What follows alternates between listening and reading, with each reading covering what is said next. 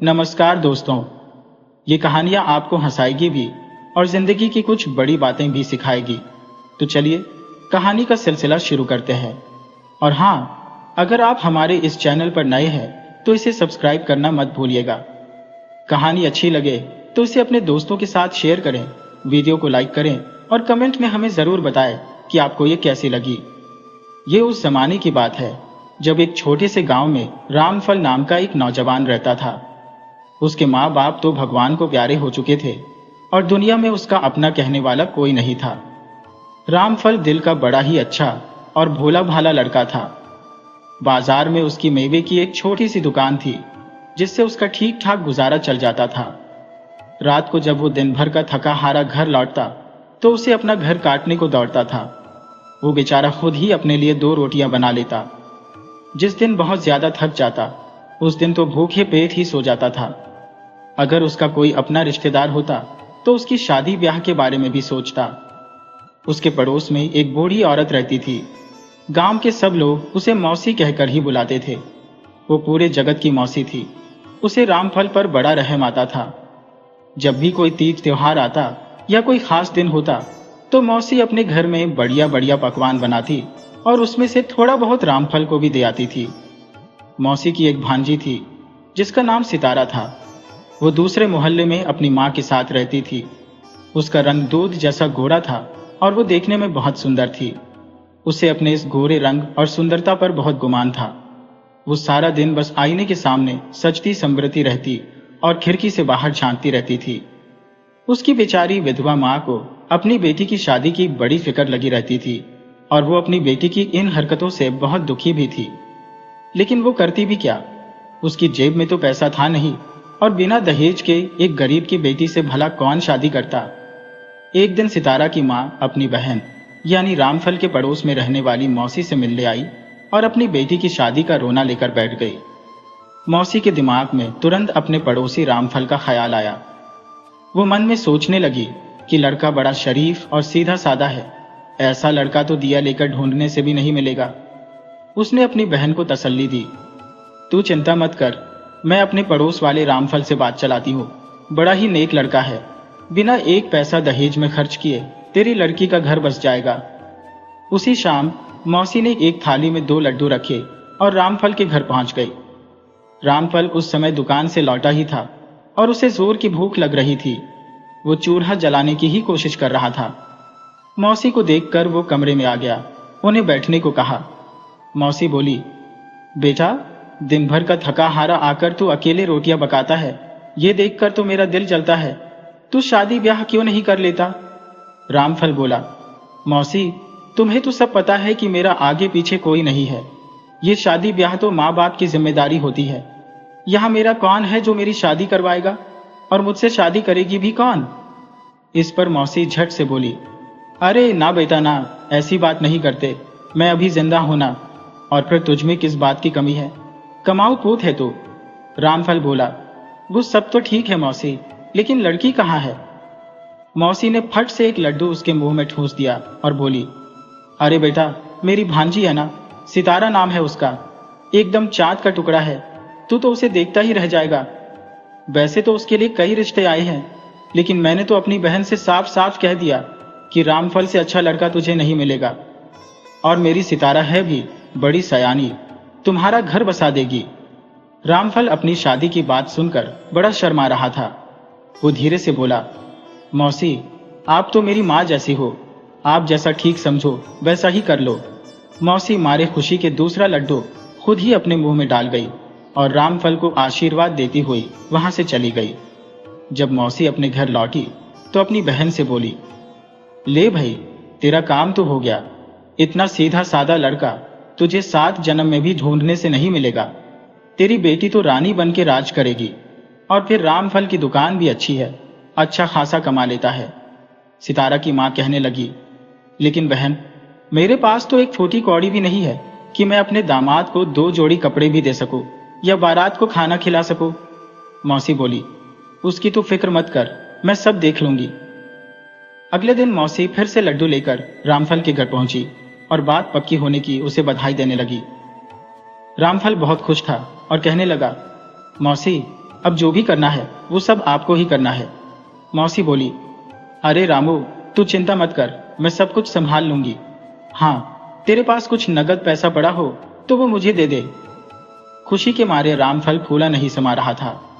वो जल्दी से कमरे के अंदर गया और जो कुछ भी उसकी जमा पूंजी थी वो एक थैली में लेकर आया और उस थैली को मौसी के हाथों में रख दिया। मौसी की तो जैसे मन की मुराद ही पूरी हो गई थी। वो थैली लेकर अपने घर चली गई। थोड़े से पैसे उसने अपने पास रख लिए और बाकी की थैली अपनी बहन को दे दी। कहने लगी, ले, अब सोच समझकर खर्च करना। अगले ही महीने रामफल की शादी हो गई। बारात भी छोटी सी ही थी। रामफल के ज्यादा दोस्त या जानने वाले तो थे नहीं। उसका बस एक ही दोस्त था जिसका नाम था सज्जन, और आसपास के कुछ दुकानदार उसकी बारात में शामिल हुए थे। रामफल अपनी चांद जैसी गोरी दुल्हन को देखकर फूला नहीं समा रहा था। दूसरे दिन उसने 4-5 लोगों को अपने घर खाने पर बुलाया। सज्जन भी अपनी माँ और बहन के साथ उसके घर आया था। वो तो रामफल के सिर पर ही चढ़ गया कि मैं तो भाभी की मुंह दिखाई करूंगा। बोला, एक ही तो देवर हूं मैं, और देवर से भला कैसी शर्म। रामफल बेचारा सीधा सादा आदमी था, दोस्ती के नाते मान गया। सज्जन ने सोने का पानी छड़ी हुई चांदी की बालियां मुंह दिखाई में दी। यह देखकर तो सितारा बहुत खुश हो गई। इतनी कीमती मुंह दिखाई तो उसे किसी ने नहीं दी थी। असल में रामफल का दोस्त सज्जन अपने नाम का बिल्कुल उलटा था। वो एक नंबर का बिगड़ा हुआ लड़का था। खाते पीते घर का बेटा था। बाप का अपना बड़ा कारोबार था। पैसे की कोई कमी नहीं थी। थोड़ी देर के लिए वो कारोबार पर बैठता और फिर दिन भर आवारागर्दी करता था। रामफल के साथ वो स्कूल में पढ़ता था। वहीं से दोनों की दोस्ती हो गई थी। वैसे तो दोनों में जमीन आसमान का फर्क था। रामफल अपने अच्छे स्वभाव के कारण सबको अपने जैसा ही समझता था और हर किसी पर भरोसा कर लेता था। उसकी पत्नी सितारा रामफल की सादगी से तंग आ चुकी थी। वो चाहती थी कि वो सारा दिन सज धज कर बैठी रहे और रामफल बस उसकी सुंदरता की तारीफों के पुल बांधता रहे। रामफल उसे चाहता तो बहुत था, लेकिन उसे ये सब नखरे करने नहीं आते थे और ना ही उसके पास इतना समय था। अगर बीवी के नखरे उठाता तो फिर दुकान कैसे चलती। फिर भी वो हर दूसरे तीसरे दिन अपनी पत्नी के लिए कुछ ना कुछ तोहफा ले ही आता था, कभी चूड़ियां तो कभी सस्ते से झुमके। लेकिन सितारा को ये सब चीजें पसंद नहीं आती थी। सितारा को इस बात का दुख था कि उसके पास सोने का एक भी गहना नहीं है, सिवाय उन बालियों के जो सज्जन ने उसे दी थी। वो हर समय रामफल को ताने मारती रहती। रामफल जब घर लौटता तो खाना बना हुआ नहीं मिलता था। उसकी पत्नी कहती कि लकड़ियां गीली थी, कभी कहती कि मेरे सिर में दर्द है। रामफल बेचारा कभी खुद चूल्हा फूंकता तो कभी बाजार से पका पकाया खाना ले आता। उसे अपनी कम कमाई का इतना दुख कभी नहीं हुआ था जितना अब होने लगा था। उसे ये दुख भी सताता था कि वो अपनी पत्नी को खुश नहीं रख पा रहा है। दूसरी तरफ जब वो दुकान पर चला जाता तो उसका दोस्त सज्जन अच्छी अच्छी मिठाइयाँ और कीमती तोहफे लेकर उसके घर आ जाता। धीरे धीरे बेवकूफ सितारा सज्जन के जाल में फंसती चली गई। सज्जन उसे बहलाता फुसलाता और कहता कि तुम जैसी खूबसूरत औरत को तो किसी राजकुमारी की तरह रहना चाहिए। तुम कहाँ इस भिखारी रामफल के चक्कर में फंस गई। सितारा को भी अब लगने लगा था कि उसके साथ बहुत नाइंसाफी हुई है जो उसे रामफल जैसे गरीब आदमी से ब्याह दिया गया। उसे तो सज्जन जैसे किसी अमीर की पत्नी होना चाहिए था जो उसके लिए कीमती तोहफे लाता और हर वक्त उसकी खूबसूरती की तारीफ करता। आखिरकार एक दिन सज्जन ने उसे समझाया कि तुम अपने पति को व्यापार करने के लिए परदेश भेज दो, फिर हम दोनों आजादी से मिल सकेंगे। मैं तुम्हें सोने के गहने भी बनवा दूंगा। सितारा उसकी बातों में आ गई। उसने रामफल का सिर खाना शुरू कर दिया कि इस छोटी सी मेवे की दुकान से तुम कभी ज्यादा पैसा नहीं कमा पाओगे और इस तरह से हम कभी ऐशो आराम की जिंदगी नहीं जी पाएंगे। जब तक तुम परदेश जाकर कमाई नहीं करोगे कुछ नहीं होगा, और तुम्हारी इतनी हैसियत भी नहीं है कि तुम एक नौकरानी ही रख लो। मैं सारा दिन काम करते करते थक जाती हो, दिन भर चूल्हा ही फूंकती रहती हो।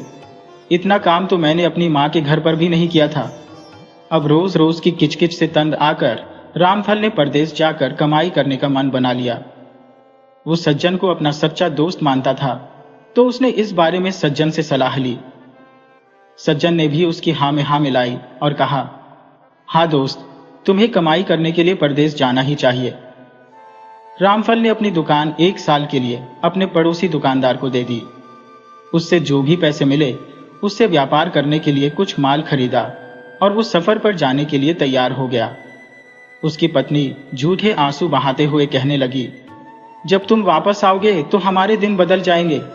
हम दोनों के अच्छे भविष्य के लिए मैं तुमसे दूर भी रह लूंगी। भारी मन के साथ रामफल सफर के लिए निकल पड़ा। जाते जाते वो सज्जन से कह गया कि जरा अपनी भाभी का ख्याल रखना, तुम्हारे भरोसे पर छोड़कर जा रहा हो, इसे कोई तकलीफ ना हो।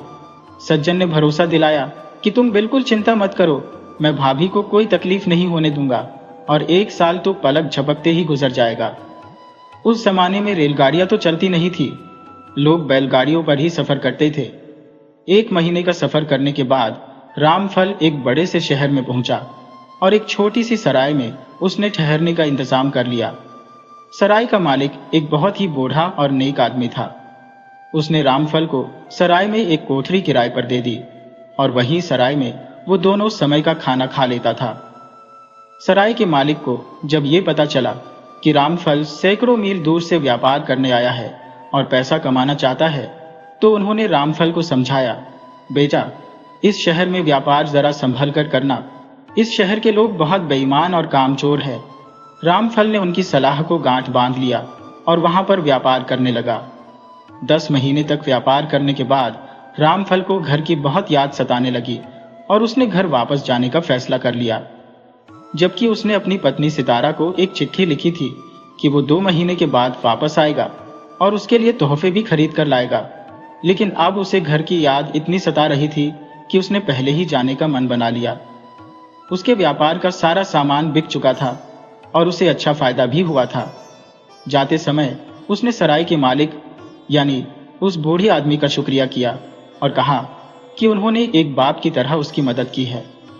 बूढ़े आदमी ने कहा, मेरा कोई बेटा नहीं है, सिर्फ एक बेटी है। तुम्हें देखते ही मुझे लगा कि अगर मेरा कोई बेटा होता तो बिल्कुल तुम्हारे जैसा होता। अगर जिंदगी रही तो मैं तुमसे मिलने जरूर आऊंगा। तुम इतने अच्छे और सीधे साधे हो कि दिल चाहता है कि तुम्हारे साथ कभी कुछ बुरा ना हो। तुम एक व्यापारी हो तो तुम्हें अक्सर सफर पर आना जाना पड़ेगा, इसलिए मेरी 3 बातों को हमेशा याद रखना। पहली सीख ये है कि जहां तक हो सके रोजी रोटी कमाने के लिए परदेश मत जाना। अपने ही देश में जो भी रूखी सूखी मिले उसी में गुजारा करना, क्योंकि अपने देश की रोटी परदेश की रोटी से कहीं अच्छी होती है। भगवान ने सबके लिए रोजी रोटी का इंतजाम किया है। जो कुछ भी तुम्हारी किस्मत में होगा वो तुम्हें जरूर मिल जाएगा। दूसरी सीख ये है कि कभी किसी औरत के कहने में आकर परदेश के सफर पर मत निकलना, क्योंकि घर की औरतें कारोबार और व्यापार के बारे में कुछ नहीं जानती। और मेरी तीसरी सीख ये है कि कभी अपनी पत्नी को दोस्त के भरोसे पर छोड़कर सफर पर मत जाना, चाहे दोस्त कितना भी जिगरी क्यों ना हो। ये सब सुनकर रामफल बोला, बाबा, मैंने तो ये तीनों ही काम किए हैं जिन्हें ना करने की आपने सीख दी है। रोजी रोटी की तलाश में मैं परदेश आया हूं और ये सफर मैंने अपनी पत्नी के जोर देने पर ही किया है और अपने दोस्त को ही अपनी पत्नी का ख्याल रखने की जिम्मेदारी सौंप कर आया हूं। बूढ़े ने कहा, बेटा, सच में तुम बहुत ही भोले और नेक दिल के आदमी हो, लेकिन दुनिया में हर कोई तुम्हारे जैसा नहीं होता। अब जो भी हो, बस यूं समझो कि तुम्हारे घर में चोर घुस गया है, लेकिन खबर देकर घर मत जाना और जो भी तमाशा तुम देखो उसके हिसाब से एक मर्द की तरह फैसला करना। रामफल उसी वक्त अपने घर के लिए निकल पड़ा। लगभग 1 महीने का सफर करने के बाद जब वो अपने घर पहुंचा तो शाम हो चुकी थी। उसे बूढ़े की बात याद आई कि खबर करके घर में मत जाना। उसने अपना सामान घर के बाहर ही रख दिया और दबे पांव चुपचाप घर में घुस गया। जहां कमरे की खिड़की थी वो उस खिड़की से घर के अंदर झांकने लगा। कमरे में रोशनी हो रही थी। अंदर से सितारा और सज्जन के हंसने बोलने की आवाजें आ रही थी। रामफल दीवार से चिपक कर खड़ा हो गया। वैसे भी बाहर अंधेरा था। सितारा सज्जन को रामफल की लिखी हुई चिट्ठी सुना रही थी कि वो 2 महीने के बाद आएगा और उसे छोड़कर फिर कभी नहीं जाएगा। उसने सितारा के लिए बूंदे, पायल और झुमके जैसे तोहफे भी खरीदे हैं। सितारा और सज्जन उसकी चिट्ठी का मजाक उड़ा रहे थे। सज्जन ने कहा, अरे, वो भिखारी का भिखारी ही रहेगा, ₹2 का सामान खरीद कर तुम पर रौब जमा रहा है। मैं तुम्हारे लिए जो बाजूबंद लाया था वो तो पूरे ₹100 का था। सितारा बोली, तुम्हारा और उसका क्या मुकाबला? मुझे तो ये सोचकर ही परेशानी हो रही है कि जब वो आएगा तो हम कैसे मिलेंगे। सज्जन बोला, तुम 2-3 महीने के बाद उसे फिर से व्यापार करने के लिए परदेश भेज देना। उस गधे की लगाम अब तुम्हारे हाथों में है। इस बात पर दोनों जोर जोर से हंसने लगे। रामफल ये सब सुन रहा था। गुस्से के मारे उसका तो बुरा हाल था। उसी वक्त उसने जाकर दरवाजा जोर जोर से खटखटाना शुरू कर दिया। सितारा ने दरवाजा खोला। रामफल को सामने देखकर उसकी हालत ऐसी हो गई जैसे शरीर में खून ही न बचा हो। पीछे पीछे सज्जन भी आ गया। रामफल पर उसकी नजर पड़ी तो उसकी भी घिघी बंध गई। बड़ी मुश्किल से उसने खुद को संभाला। वो रामफल से बोला, मैं तो भाभी का हालचाल पूछने आया था कि कहीं भाभी को किसी चीज की जरूरत तो नहीं। रामफल का दिल तो कर रहा था कि वो सज्जन का मुंह नोच ले, लेकिन उसने अपने आप पर काबू रखा और बोला, अब तुम इसे अपने घर ले जा सकते हो ताकि इसकी जरूरतों को अच्छी तरह से पूरा कर सको। सितारा बोली, नहीं, ऐसा मत कहिए, और उसने जोर जोर से रोना शुरू कर दिया। इसके बाद सज्जन भी सीना चोरी करते हुए रामफल को ही बुरा भला कहने लगा। वो बोला, भलाई का तो जमाना ही नहीं रहा। मैं तो भाभी समझकर इतने दिनों तक इसकी पत्नी की देखभाल करता रहा और अब ये मुझ पर ही इल्जाम लगा रहा है। शोर शराबा सुनकर आस पड़ोस के लोग भी वहां जमा हो गए। सभी लोगों ने रामफल से कहा, रामफल, तुमने अच्छा किया जो वापस लौट आए और इस औरत से अपना रिश्ता तोड़ दिया। ऐसी औरत के साथ यही होना चाहिए था। हम तो इतने दिनों से इन दोनों की बेशर्मी देख रहे थे, लेकिन सिर्फ तुम्हारे कारण ही चुप थे। ये शरीफ लोगों का मोहल्ला है और हम लोगों के घर में भी बहू बेटियां हैं। ये खबर सज्जन के माँ बाप तक पहुंची तो वो भी अपने बेटे की करतूत पर बड़े शर्मिंदा हुए। रामफल ने सज्जन की माँ से कहा, मौसी, आप अपने बेटे की शादी सितारा से कर दीजिए, क्योंकि मैं नहीं चाहता कि सितारा बेघर हो जाए, और वैसे भी ये दोनों एक दूसरे को पसंद करते हैं और एक साथ खुश रहेंगे। सज्जन ने बहुत हाथ पैर मारे, लेकिन उसकी एक ना चली। सज्जन की माँ सितारा को लेकर अपने घर चली गई ताकि सही समय पर दोनों की शादी की जा सके। इस हंगामे में आधी रात बीत चुकी थी।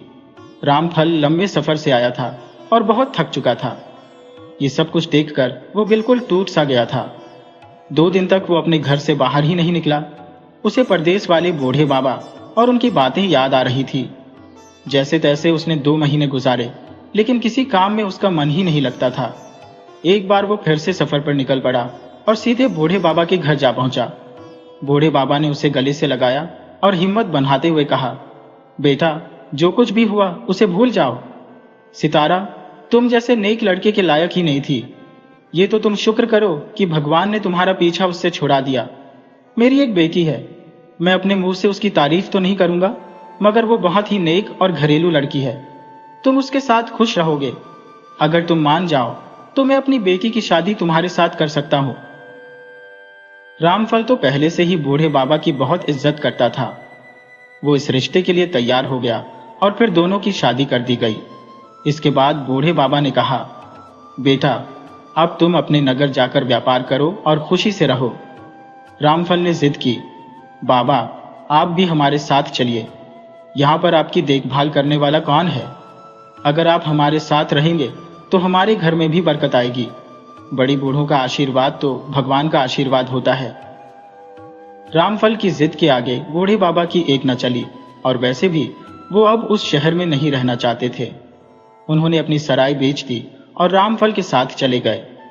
उनकी समझदारी भरी सीखों पर चलकर रामफल ने बहुत तरक्की की और अपने शहर का एक बहुत बड़ा व्यापारी बन गया।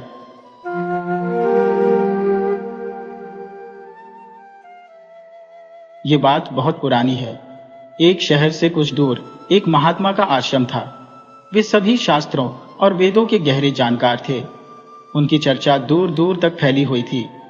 लोग अपना भविष्य जानने के लिए दूर दूर से उनके पास आते थे। वे महात्मा इतने ज्ञानी थे कि जिस किसी का भी भाग्य देखकर कुछ बताते, वह बात पत्थर की लकीर साबित होती थी। वे बस देखकर ही बता देते थे कि किसके भाग्य में क्या लिखा है। भूतकाल, भविष्यकाल और वर्तमान काल तीनों का उन्हें पूरा ज्ञान था। उसी शहर में एक ब्राह्मण अपनी पत्नी के साथ रहता था। उसकी पत्नी धर्म और ईश्वर में बहुत विश्वास रखती थी, लेकिन उन्हें कोई संतान नहीं थी। उन्होंने गांव के लोगों से सुना था कि एक महात्मा जी है जो किसी का भी भाग्य बता देते हैं। उन्होंने सोचा क्यों न हम भी एक बार उन महात्मा के दर्शन कर ले और अपना भाग्य जान ले। अगली सुबह वह पंडित जी और उनकी पत्नी उस महात्मा से मिलने के लिए निकल पड़े। जब वे दोनों उस महात्मा के आश्रम में पहुंचे तो उनकी आंखें भर आईं और वे रोने लगे। महात्मा जी ने दोनों को चुप कराया और पूछा, बेटा तुम क्यों रो रहे हो? तुम्हें क्या दुख है? मुझे बताओ, मैं कोई न कोई हल जरूर निकालूंगा। तब पंडित जी ने कहा, गुरुदेव हमें कोई संतान नहीं है। यह दुख हम दोनों को हर दिन अंदर ही अंदर खा रहा है। हमने आपका बहुत नाम सुना है, तभी हम आपके पास आए हैं। आप हमारा भाग्य देखकर हमें बताएं कि हमारे जीवन में पुत्र सुख है या नहीं।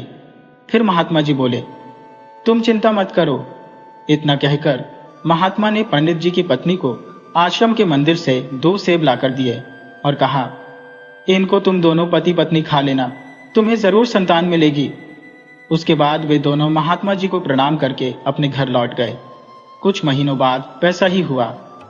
1 साल बाद पंडित जी के घर में एक बेटे का जन्म हुआ। पंडित और उसकी पत्नी बहुत खुश थे। पंडित ने अपनी पत्नी से कहा, क्यों ना हम महात्मा जी को अपने घर बुलाकर उनकी सेवा करें। पंडित जी ने उस महात्मा जी को अपने घर बुलाया और उनकी खूब सेवा की। पंडित ने अपने बेटे का नामकरण करवाया और उसका अर्जुन अर्जुन रखा। तभी पंडित ने कहा, गुरुदेव आप हमारे बच्चे का भविष्य देखकर बताएं कि हमारा बेटा जीवन में क्या करेगा। तभी वे महात्मा जी बोले, अभी इसे बड़ा होने दो, जब इसकी उम्र 8 साल की हो जाएगी तब इसे मेरे पास लेकर आना, मैं इसका भाग्य जरूर बता दूंगा। ये बोलकर महात्मा जी वहां से चले गए। धीरे धीरे समय बीतता गया। पंडित जी का बेटा अब 8 साल का हो गया था। एक दिन पंडित जी अपने बेटे को लेकर उस गुरु के आश्रम में गए तो उन्होंने देखा कि वहां लोगों की भारी भीड़ लगी हुई थी। तब पंडित जी का लड़का पंडित जी से पूछता है, पिताजी यह सब क्या हो रहा है? तब पंडित जी अपने बच्चे को बताते हैं कि ये महात्मा जी त्रिकालदर्शी हैं। इन्हें भविष्य का पता चल जाता है। ये सब लोग अपना अपना भविष्य जानने के लिए यहाँ आए हुए हैं। तब पंडित जी का लड़का उन गुरुदेव के पास गया और बोला, गुरुदेव आप मेरा भी भविष्य देखिए ना। उस छोटे बच्चे की बात सुनकर गुरुदेव पहले तो मना कर देते हैं, लेकिन बाद में बच्चे की जिद पर मान जाते हैं और उससे कहते हैं, बेटा मैं तुम्हारा भाग्य देखता हूं, तुम मेरे सामने आकर बैठ जाओ। फिर महात्मा जी उस पंडित के बेटे का भाग्य देखने लगे। उस महात्मा ने अपनी पवित्र पुस्तक खोली और फिर पंडित पुत्र के माथे को देखा। जब उन्होंने हिसाब लगाया तो महात्मा जी ने देखा कि पंडित के बेटे का विवाह तो एक नीच कुल की लड़की के साथ होना लिखा है। जब उन्होंने यह देखा तो वे सोचने लगे, अब क्या होगा? यह जाति से ऊंचे कुल का ब्राह्मण है और इसके बेटे का विवाह एक नीच कुल की लड़की से होगा। अगर ऐसा हो गया तो यह कहीं का नहीं रहेगा और किसी को अपना मुंह दिखाने लायक भी नहीं रहेगा। महात्मा जी यह सब बातें उस पंडित को बता देते हैं। पंडित जी यह सुनकर कहते हैं, गुरुदेव नहीं नहीं, मैं ऐसा नहीं होने दूंगा। जब मैंने जान लिया है तो मैं भाग्य को बदल दूंगा। जब उस महात्मा ने कुछ और गहराई से उस पवित्र पुस्तक को देखा और उसकी गणना की तो उन्हें पता चला कि उसी गंगा के किनारे कोई 5-6 कोस दूर एक मछुआरे का परिवार रहता है और उस परिवार में अब तक 5 बेटियों का जन्म हो चुका है। जो मछुआरे की 5वें नंबर की बेटी है, जिसकी उम्र केवल 3 साल की है और जिसका नाम उस मछुआरे ने शकुंतला रखा है। पंडित के बेटे का विवाह उस लड़की से होगा, ऐसा उसके बेटे के भाग्य में लिखा है। यह सब महात्मा पंडित जी को बताते हैं तो पंडित जी ने सोचा, मैं अपने बेटे के भाग्य को जरूर बदलूंगा। मैं इसमें सक्षम भी हूं।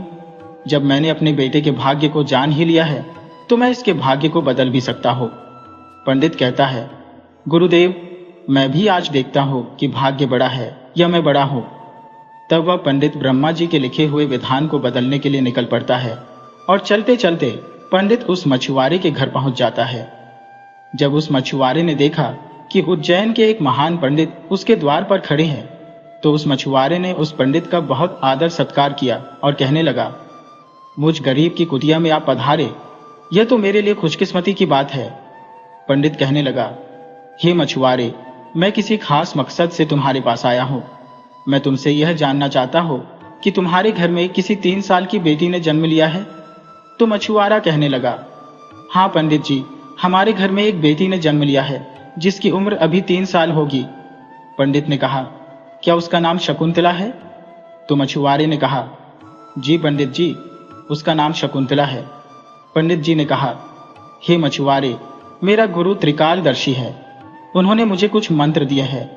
तो मैं इस रास्ते से जा रहा था तो मैंने देखा तुम पर तो बड़ा गहरा संकट आने वाला है। जब तक तुम्हारी सबसे छोटी बेटी तुम्हारे घर में रहेगी तब तक तुम्हें बेटे की प्राप्ति नहीं होगी। अगर तुम अपने घर के आंगन में बेटा खेलता हुआ देखना चाहते हो तो तुम्हें अपनी छोटी बेटी को अपने घर से दूर करना होगा। पंडित के ऐसे वचन सुनकर मछुआरा बोला, पंडित जी, अभी तो वह छोटी सी बच्ची है, उसकी उम्र भी तो केवल 3 साल की है। मैं उसे ऐसी हालत में कहां छोड़ सकता हूं?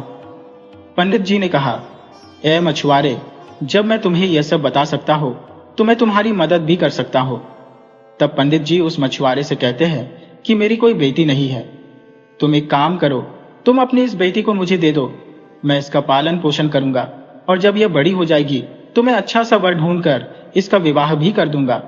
फिर मछुआरा बेटे की चाहत में अपनी नवजात बेटी को उस पंडित को दे देता है। पंडित मन ही मन बहुत खुश होता है और उस छोटी सी बेटी को लेकर चल देता है। चलते चलते वह पंडित सोचता है, अगर इस बच्ची को मैंने मार दिया तो मुझे बाल हत्या का पाप लगेगा। फिर उस बच्ची से छुटकारा पाने के लिए वह पंडित एक लोहार के पास जाता है और उस लोहार से एक लकड़ी का एक छोटा सा बक्सा बनवाता है और उस बक्से में उस नवजात बच्ची को सुलाकर नदी के बहते जल में बहा देता है। पंडित सोचने लगा कि यह बक्सा कुछ दूर जाएगा और अपने आप ही डूब जाएगा और यह लड़की भी मर जाएगी। इस तरह इससे हमारा पीछा छूट जाएगा और मुझे बाल हत्या का पाप भी नहीं लगेगा। और वह पंडित अपने घर चला जाता है। परंतु क्या इस दुनिया में कोई ऐसा व्यक्ति है जो किसी के भाग्य को बदल सके? क्योंकि उस लड़की के भाग्य में जीवन लिखा हुआ था, जिस कारण से वह बक्सा उस नदी के जल में नहीं डूबता है और नदी उसे बहाते हुए एक गांव के पास किनारे पर ले जाती है। उधर उस गांव का पंडित सुबह सुबह नहाने के लिए आता है तो उस पंडित की नजर उस बक्से पर पड़ती है। तब वह पंडित उस बक्से को खोलता है तो वह देखता है कि उस बक्से के अंदर एक बहुत ही सुंदर बच्ची लेटी हुई अपने पैर के अंगूठे को चूस रही थी। तब वह पंडित संतानहीन था और गंगा जी में रोज नहाता और संतान प्राप्ति की गंगा मैया से प्रार्थना करता था। उस बच्ची को देखकर वह पंडित सोचने लगा कि गंगा मैया ने मेरे लिए इस बेटी को मेरी संतान बनने के लिए भेजा है और मेरी प्रार्थना गंगा मैया ने स्वीकार कर ली है। और इस तरह वह पंडित उस बच्ची को लेकर अपने घर चल देता है।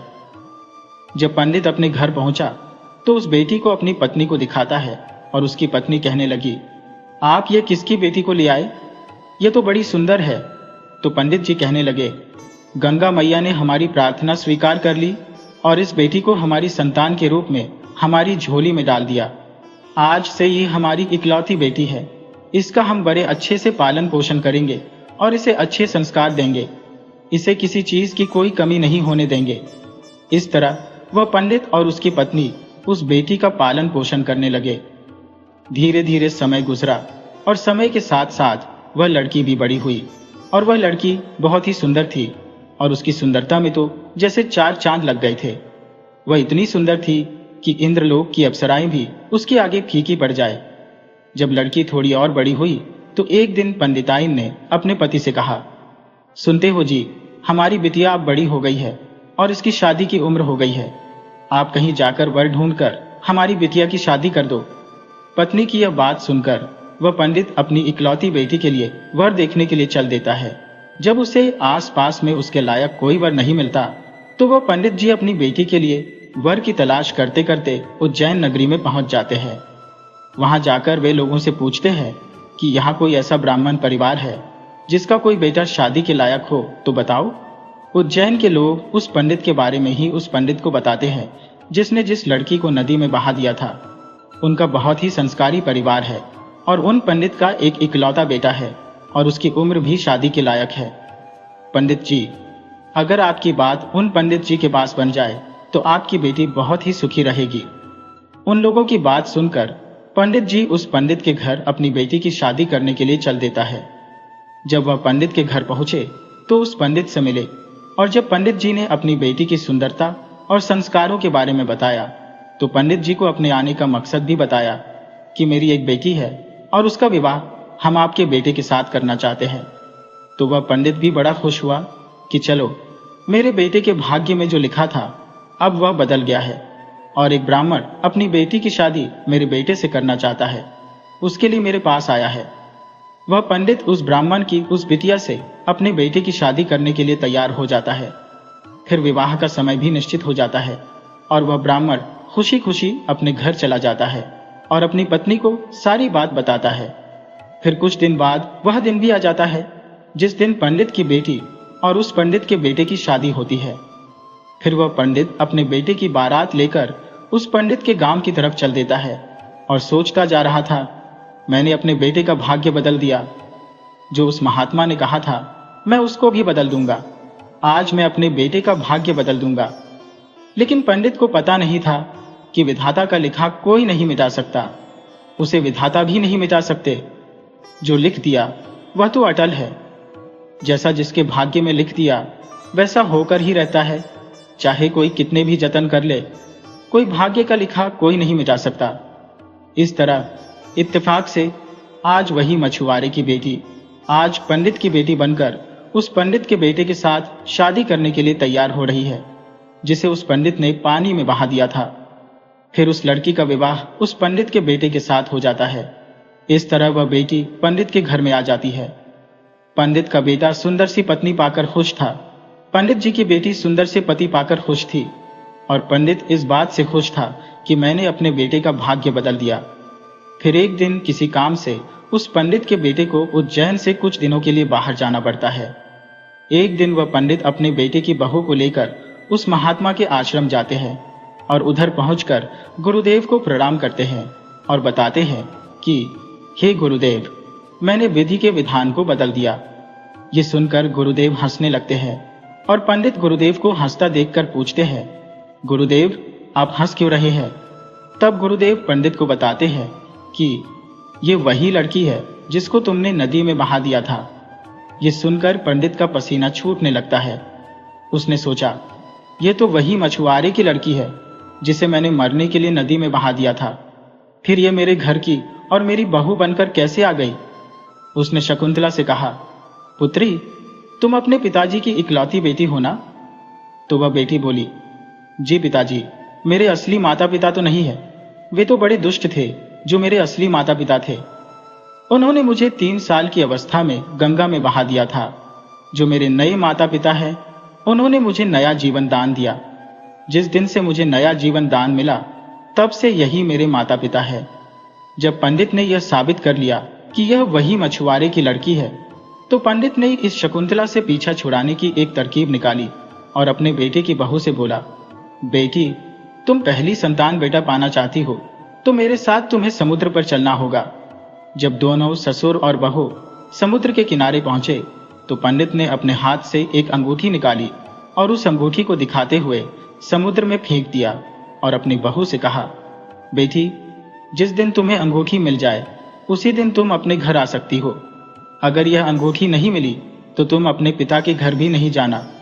मेरे घर आ गई तो तुम अपने पति को खो दोगी, इसलिए, और अपने पिता के घर गई तो पिता को खो दोगी, इसलिए तब तक तुम्हें कहीं नहीं जाना जब तक यह अंगूठी तुम्हें न मिल जाए। अगर तुम मेरे वचन मानोगी तो तुम्हें जरूर बेटे की प्राप्ति होगी, तुम्हारा भाग्य भी जाग उठेगा। ऐसा कहकर पंडित उसको समुद्र के किनारे पर छोड़कर वापस अपने घर लौट गया। शकुंतला ने काफी कोशिश की लेकिन अंगूठी नहीं मिली।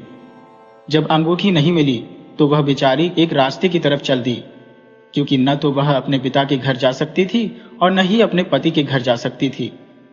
फिर चलते चलते वह आगे बढ़ी तो सामने से एक राजपूताना परिवार आता हुआ दिखाई दिया जो अपने गांव की तरफ जा रहा था। जब उस राजपूत परिवार ने उस लड़की को देखा तो कहने लगा, बेटी, इस जंगल में तुम अकेली कैसे घूम रही हो? यहाँ तो बहुत जानवर रहते हैं। तो वह बेटी बोली, क्या बताऊं, मैं दुखियारी हूं, मेरा इस दुनिया में कोई नहीं है। तो वह राजपूत परिवार बोला, बेटी अगर तुम चाहो तो हमारे साथ चल सकती हो।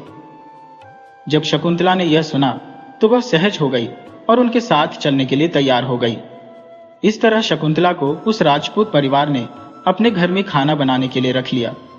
जो राजपूत परिवार का मुखिया था वह उस पंडित का बहुत गहरा दोस्त था। कुछ समय बाद उधर जब पंडित का लड़का अपने घर आया तो उसने अपने पिताजी से शकुंतला के बारे में पूछा, तो पंडित जी ने झूठ बता दिया कि गंगा स्नान करते समय तुम्हारी पत्नी शकुंतला डूबकर मर गई। जब पंडित के लड़के ने यह सुना तो उसे काफी दुख हुआ। इधर राजपूत परिवार जिस गांव में रहता था उस गांव का एक पंडित अपनी लड़की का रिश्ता लेकर उसी पंडित के घर पहुंच गया।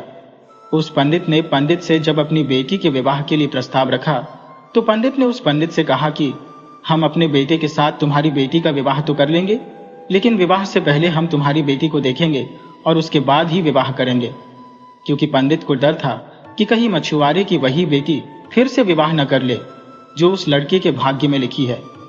वह पंडित उस पंडित की शर्त मानने को तैयार हो गया और अपने गांव को वापस लौट आया। अब पंडित अपने बेटे के लिए लड़की देखने को उस पंडित के गांव की तरफ चल दिए। उधर जो अंगूठी उस पंडित ने समुद्र में फेंकी थी उसे एक मछली निगल गई और एक दिन किसी मछुआरे ने समुद्र में जाल फेंका तो उसे वह मछली मिली जो अंगूठी निगल गई थी। उस जाल में वह मछली फंस गई। मछुआरा पकड़ी हुई मछली को बेचने के लिए वहीं पहुंच गया जहां वह राजपूत परिवार रहता था। राजपूत परिवार के मुखिया को मछली खाना बहुत पसंद था, इसलिए उस राजपूत ने उस मछुआरे से उस मछली को खरीद लिया और उस मछली को ले जाकर शकुंतला से कहा, बेटी क्या तुम मेरे लिए मछली पका दोगी? तो शकुंतला बोली, जी पिताजी, मैं मछली तो नहीं खाती हूँ, लेकिन आपके लिए जरूर बना दूंगी। इस प्रकार वह मछली लेकर रसोई में काटने लगी। जब शकुंतला ने मछली को काटा तो उसके पेट से वही अंगूठी निकलकर जमीन पर गिर पड़ी। जब शकुंतला ने उस अंगूठी को देखा तो वह पहचान गई और अंगूठी पाकर बहुत खुश हुई। इधर वह पंडित अपने बेटे को लेकर पंडित के गांव में पहुंचा और अपने बेटे से कहने लगा, हे पुत्र, इस गांव में हमारे गहरे राजपूत मित्र रहते हैं। पहले हम उनके पास चलते हैं, उसके बाद हम तुम्हारे लिए लड़की देखने पंडित जी के घर जाएंगे। पंडित के बेटे ने जब अपने पिता के ऐसे वचन सुने तो वह बोला, पिताजी, जो आपको अच्छा लगे वैसे ही कीजिए। और फिर वे दोनों उस राजपूत के घर पहुंचे। राजपूत ने जब अपने मित्र को आते हुए देखा तो वह बहुत ही खुश हुआ और अपने पंडित मित्र के गले लग गया और पहले की भांति उसका बहुत ही आदर सत्कार किया। आदर सत्कार करके उन्हें अपने पास में बिठाया और उसने शकुंतला को आवाज दी, बेटी, हमारे मित्र आए हैं, जरा इनके लिए पानी का इंतजाम करो। जब शकुंतला पानी लेकर आई तो शकुंतला ने पंडित जी को देखा, पंडित ने शकुंतला को देखा। फिर जब पंडित जी के लड़के ने शकुंतला को देखा तो वह कहने लगा, पिताजी, आपने मुझसे झूठ क्यों बोला कि शकुंतला मर गई? मेरी पत्नी तो जिंदा है और यह आप जानते हैं, और यह जानते हुए भी आपने मेरा विवाह किसी अन्य लड़की से करने की कैसे सोची? तो वह पंडित दुखी मन से कहता, पुत्र, मैं भटक गया था। मैं विधाता के लिखे भाग्य को बदलने के प्रयास में इतना नीच कर्म कर बैठा कि कुछ पूछो ही मत। फिर उन्होंने पूरी कहानी सभी को सुना दी और कहने लगा, मुझे अपने ऊपर कुछ ज्यादा ही घमंड हो गया था जो विधाता के लिखे को मिटाने चला था। मैंने लाख कोशिश की, लेकिन वही हुआ जो तेरे भाग्य में लिखा था। ये कहकर उसने अपने बेटे की बहू से माफी मांगी और आदर सत्कार से उसे अपने घर ले गए।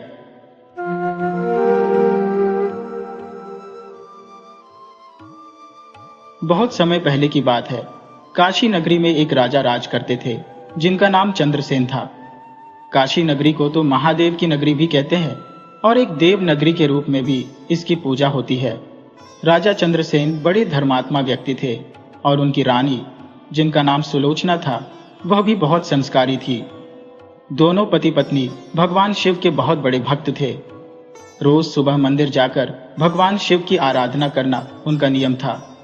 राजा चंद्रसेन धर्मपूर्वक अपने राज्य को चलाते थे। उनके राज्य में कोई भी ऐसा नहीं था जो दुखी हो। सारी प्रजा सुख और वैभव से भरपूर थी। चारों तरफ बस खुशियां ही खुशियां थी। वहां तो एक ही घाट पर बकरी और शेर एक साथ पानी पिया करते थे। कुछ समय बीता पर राजा के यहाँ कोई संतान पैदा नहीं हुई। धीरे धीरे समय निकलता गया और राजा की उम्र भी ढलती जा रही थी, पर उनके घर पर अभी तक कोई बच्चा नहीं हुआ था। एक दिन की बात है, राजा सुबह सुबह अपनी रानी के साथ मंदिर जा रहे थे। जब वे रास्ते से गुजरे तभी दो पति पत्नी झाड़ू लगा रहे थे। दोनों राज्य के सफाई कर्मचारी थे। जब दोनों ने सामने से राजा को आते देखा तो दोनों पति पत्नी अपना मुंह फेर कर खड़े हो गए। उन दोनों का ऐसा बर्ताव देखकर राजा चंद्रसेन को अच्छा नहीं लगा। महाराज उस समय तो शिव भगवान की पूजा करने मंदिर जा रहे थे, इसलिए उन्होंने उन दोनों को कुछ नहीं कहा। लेकिन महल में पहुंचने के बाद राजा ने एक सैनिक को बुलाया और कहा कि तुम जाओ और उस सफाई कर्मचारी को बुलाकर लाओ, मुझे उससे कुछ बात करनी है।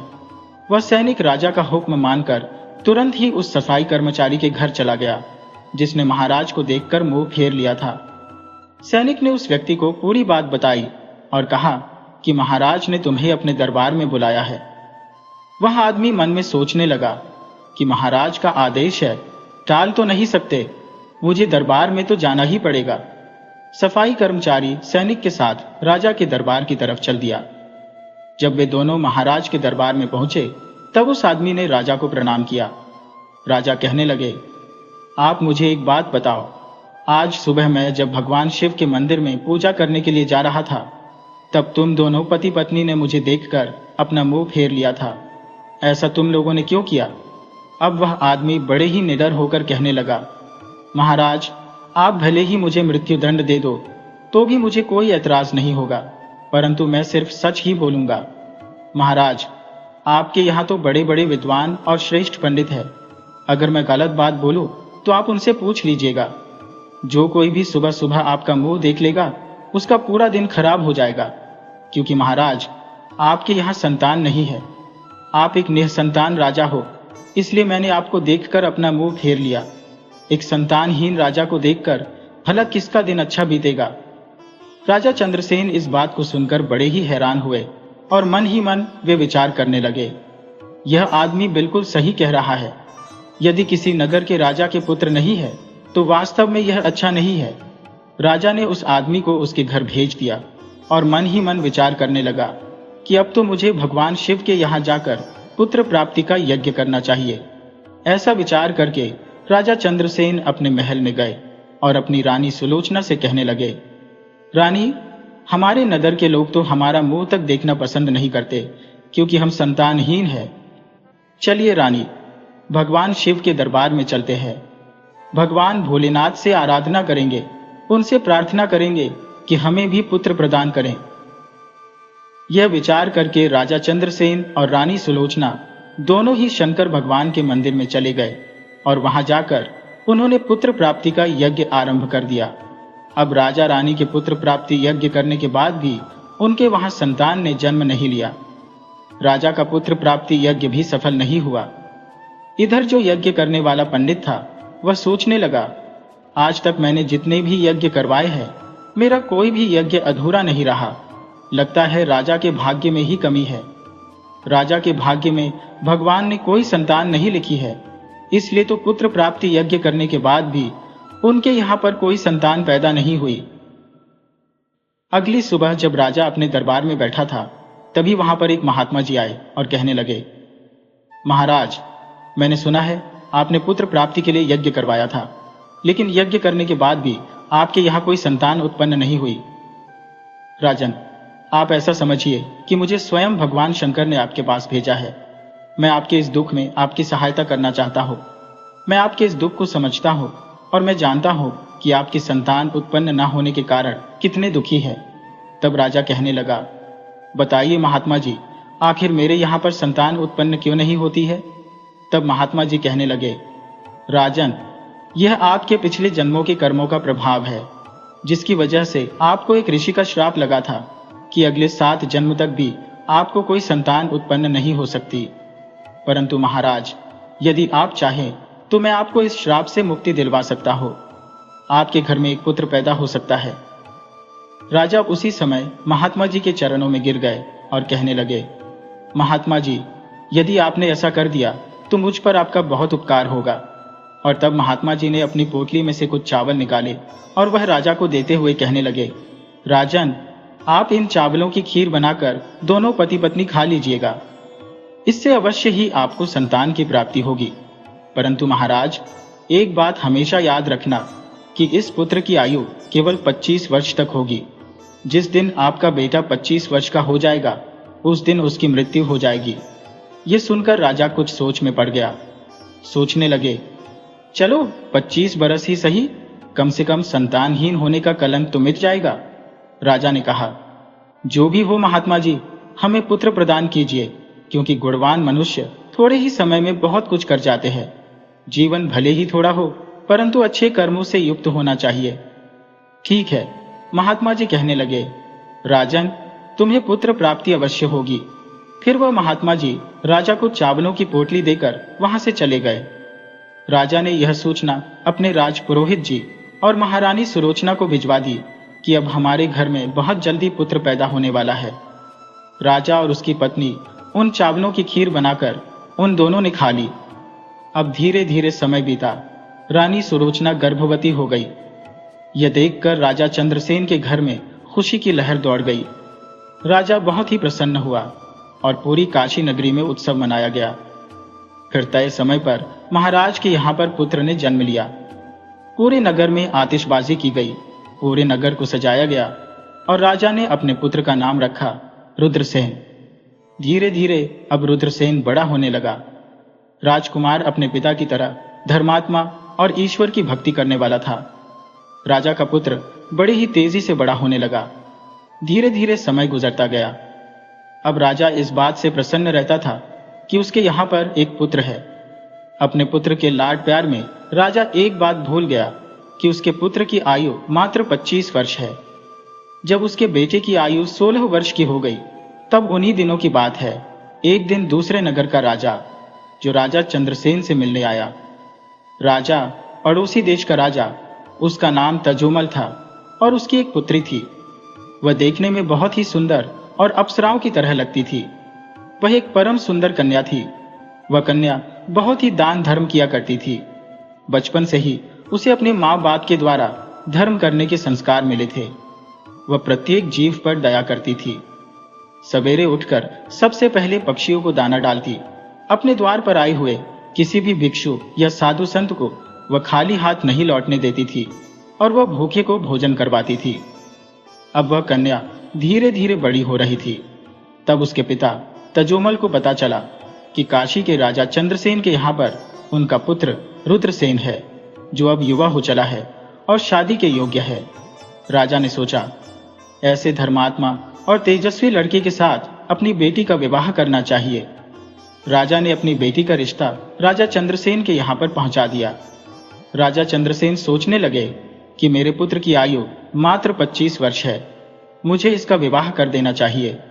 अगर इसके यहाँ पर कोई पुत्र पैदा हो गया तो मेरा वंश आगे बढ़ता रहेगा। ऐसा विचार करके राजा चंद्रसेन ने अपने राजकुमार का रिश्ता उस कन्या के साथ तय कर दिया। कुछ समय के बाद ही राजकुमारी सुनैना और राजकुमार रुद्रसेन का विवाह हो गया। राजकुमारी सुनैना बहुत ही पतिव्रता स्त्री थी। उसका एक नियम था कि वह तब तक भोजन नहीं करती थी जब तक किसी भूखे प्राणी को भोजन नहीं करवा देती। धीरे धीरे समय गुजरता गया। इधर राजा चंद्रसेन को अब लगने लगा कि उसके पुत्र का अंतिम समय अब नजदीक आ रहा है, क्योंकि उसकी आयु अब पूरी होने वाली थी। राजा तो पहले से ही जानता था, क्योंकि महात्मा जी ने उन्हें सब कुछ पहले ही बता दिया था कि आपके पुत्र की आयु सिर्फ 25 वर्ष की होने वाली है। राजा ने यह बात किसी को नहीं बताई थी। धीरे धीरे अब राजा की चिंता बढ़ती जा रही थी। जैसे जैसे राजकुमार की उम्र बढ़ रही थी, वैसे वैसे ही राजा और ज्यादा चिंतित रहने लगा। जब राजकुमार की आयु में मात्र 4 दिन शेष रह गए, तो राजा अब सोचने लगा कि अब मैं क्या करूं? मेरा बेटा तो 4 दिन के बाद मर जाएगा। पुत्र मोह के कारण राजा बीमार रहने लगा। वह अपने बेटे की मृत्यु की बात को सबको बताकर उन्हें चिंतित नहीं करना चाहता था। अब तो राजा ने भोजन करना भी छोड़ दिया। इधर जब वह दिन आ गया जिस दिन राजा के पुत्र की मृत्यु होने वाली थी, उस दिन राजा सुबह से ही भगवान शिव के ध्यान में डूब गए और कहने लगे, हे प्रभु, मुझे पुत्र के जाने का दुख सहन करने की शक्ति दो। विधि के लेख को तो कोई नहीं बदल सकता, वह तो होकर ही रहेगा। उस राजकुमार की जो पत्नी थी वह प्रतिदिन भूखे गरीबों को भोजन करवाया करती थी, पक्षियों को दाना चुगाया करती थी। रोज की तरह ही वह तो अपने धर्म कर्म के कामों में लगी हुई थी। इधर यमलोक में यमराज ने देखा कि आज राजकुमार रुद्रसेन की मृत्यु का दिन है, तो यमराज ने तुरंत अपने दूतों को आदेश दिया कि जाओ और अब से 1 घंटे के बाद तुम्हें राजकुमार रुद्रसेन के प्राण उसके शरीर से निकाल कर लाने हैं। इसके लिए तुम एक सर्प के पास जाकर उस सर्प से कहो कि राजकुमार की मृत्यु के लिए उसे प्रेरित करो, क्योंकि राजकुमार की मृत्यु सांप के डसने से होगी। जब उसे कोई सांप डसेगा तभी हम उसके प्राण हर सकते हैं। यमराज ने अपने दूतों से कहा कि जाओ और शीघ्रता से यह काम करो, 1 घंटे के अंदर ही राजकुमार के प्राणों को लेकर आना। यमराज की आज्ञा पाते ही यमदूत राजकुमार रुद्रसेन के प्राण लेने के लिए चल दिए। उधर यमराज की माया से प्रेरित होकर एक सांप के मन में विचार आया कि आज मुझे राजमहल में प्रवेश करना चाहिए और वहां पर घूमना चाहिए, देखना चाहिए कि राजमहल कैसा है। वह सांप घूमता घामता राजमहल में जा पहुंचा। अब क्योंकि वह सांप यमराज से प्रेरित था, इसलिए घूमता घूमता वह उस कमरे में जा पहुंचा जहां राजकुमार रुद्रसेन सोता था। वह जाकर राजकुमार के बिस्तर में सिमट कर बैठ गया। यमराज के दोनों दूत राजमहल के द्वार पर खड़े हो गए और समय के पूरा होने का इंतजार करने लगे। दोनों यमदूत सोचने लगे कि 1 घंटे का समय कब होगा और कब वह सांप राजकुमार को डसेगा, तब हम उसके प्राणों को लेकर यमलोक को चले जाएंगे। जब वे दोनों दूत यह विचार कर रहे थे, तभी ऐसा हुआ कि किसी दूसरे गांव में एक गरीब व्यक्ति रहता था। उसने समय रहते अपनी पुत्री का विवाह कर दिया था, परंतु उसकी पुत्री का जो पति था वह बहुत ही शराब पीता था, जुआ खेलता था और वेश्यागमन भी करता था। इसलिए उस गरीब आदमी की पुत्री हमेशा परेशान रहती थी। उसका पति उसकी गरीब आदमी की पुत्री को मारता पीटता था और उसे घर से निकालना चाहता था। यह गरीब की पुत्री जब तक अपने पति के साथ कुछ समय तक रही थी, तब वह गर्भवती हो गई। एक दिन उस पुत्री ने अपने पति की मारपीट से तंग आकर अपने पिता के घर में शरण ली और कहने लगी, पिताजी, आज के बाद मैं अपने पति के घर नहीं जाऊंगी। अब उस पुत्री का पिता बूढ़ा हो चुका था, उसकी कुछ कमाई नहीं हो पाती थी, इसलिए वह बेचारा भिक्षा मांगकर गुजारा करता था। भिक्षा मांगकर वह तीनों प्राणियों का पेट पालता था। समय पूरा हुआ तो उसकी पुत्री ने एक बेटे को जन्म दिया। अब उसे बहुत तेज भूख लग रही थी। उसे भोजन की आवश्यकता थी, क्योंकि प्रसव काल की जो भूख होती है वह बहुत ही तेज होती है। वह अपने पिता से भोजन मांगती है, परंतु बेचारा गरीब ब्राह्मण भोजन लाने के लिए आसपास के गांव में जाता है, लेकिन उसके रोज रोज मांगने के कारण उसको लोग भिक्षा नहीं देते। गरीबी सबसे बड़ा अभिशाप है मनुष्य के लिए। यह सबसे बड़ा अपमानकारी कष्ट है। उस गरीब ब्राह्मण को किसी ने भी भोजन नहीं दिया। उधर उसकी लड़की भूख से बेचैन हो रही थी। वह अपने पिता से कहने लगी, पिताजी, मैं भूख के मारे मर जाऊंगी। बिना भोजन किए हुए 3 दिन बीत चुके हैं। अगर आपको कुछ भिक्षा में मिला हो तो मुझे खाने को दे दीजिए, नहीं तो मेरे प्राण निकल जाएंगे। तब वह बूढ़ा आदमी कहने लगा कि मैं अभी के अभी काशी नगर जा रहा हूं। अगर वहां से कुछ मिल जाता है तो मैं तुम्हें लाकर दूंगा। मैं आज काशी नगरी में जाकर वहां के राजा के द्वार पर जाकर भिक्षा मांगूंगा। ऐसा विचार करके वह बूढ़ा ब्राह्मण वहां से चल दिया। इधर राजकुमार रुद्रसेन की पत्नी सुनैना वह रोजाना भूखे गरीबों को भोजन करवाती थी। उस दिन महाराज बीमार पड़े हुए थे, क्योंकि पुत्र मोह के कारण वह बहुत ही चिंता में थे। वह अपने कक्ष में थे, इसलिए आज सुनैना ने गरीबों को भोजन नहीं करवाया, परंतु उसने अपने पति के लिए भोजन बनाया और भोजन का थाल सजाकर रख दिया कि जब उसका पति आएगा तो वह उसे भोजन करवाएगी, क्योंकि उसका पति अपने पिता के पास बैठा हुआ था और अपने पिता की सेवा कर रहा था। इधर वह बूढ़ा ब्राह्मण महल के द्वार पर आ गया। उसे देखकर राजकुमार की पत्नी सुनैना ने उस बूढ़े ब्राह्मण पर दया आ गई। बूढ़े ब्राह्मण ने उसकी तरफ देखा और कहने लगा, बेटी, यदि मुझे इस समय कुछ भोजन मिल जाए तो तुम्हारा बड़ा ही उपकार होगा।